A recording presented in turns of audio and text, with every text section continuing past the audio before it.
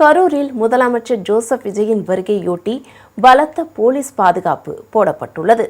கரூரில் கூட்ட நெரிசலில் சிக்கி உயிரிழந்தவர்களின் குடும்பத்தினருக்கு அரசு பணிக்கான ஆணை வழங்குவதற்காக முதலமைச்சர் ஜோசப் விஜய் இன்று கரூருக்கு செல்கிறார். தொடர்ந்து அவர் மக்கள் சந்திப்பு நிகழ்ச்சி மற்றும் அரசு நிகழ்ச்சிகளில் கலந்து கொள்ள உள்ளார். முன்னதாக அவர் காலை 11 மணிக்கு விமானம் மூலம் திருச்சி செல்கிறார். பின்னர் அங்கிருந்து காரில் புறப்பட்டு கரூர் செல்கிறார். அப்போது வழி நெடுகிலும் விஜய்க்கு உற்சாக வரவேற்பு அளிக்கப்பட உள்ளது. தொடர்ந்து அவர் கரூர் சேலம் பைபாஸ் சாலையில் உள்ள அட்லஸ் கலையரங்க மைதானத்தில் நடைபெற உள்ள மக்கள் சந்திப்பு நிகழ்ச்சியில் கலந்து கொண்டு சிறப்புரையாற்ற உள்ளார். இதற்காக கலையரங்க மைதானத்தில் பிரம்மாண்ட பந்தல் அமைக்கப்பட்டுள்ளது. பின்னர் அங்கிருந்து புறப்பட்டு கரூர் மாவட்ட ஆட்சியர் அலுவலகத்தில் நடைபெறும் அரசு விழாவில் கலந்து கொள்ள உள்ளார்.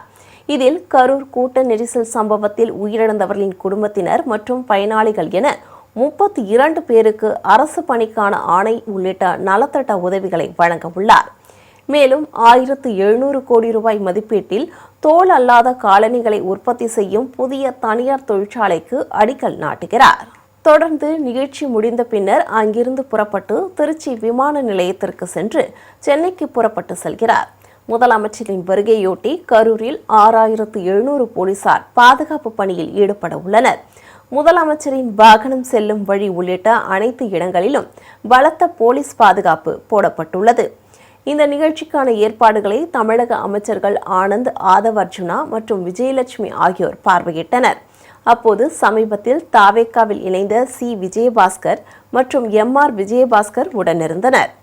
முதலமைச்சரின் மக்கள் சந்திப்பு நிகழ்ச்சியில் பங்கேற்க உள்ள 5000 பேருக்கு QR கோடுடன் கூடிய அடையாள அட்டை வழங்கப்பட்டுள்ளது.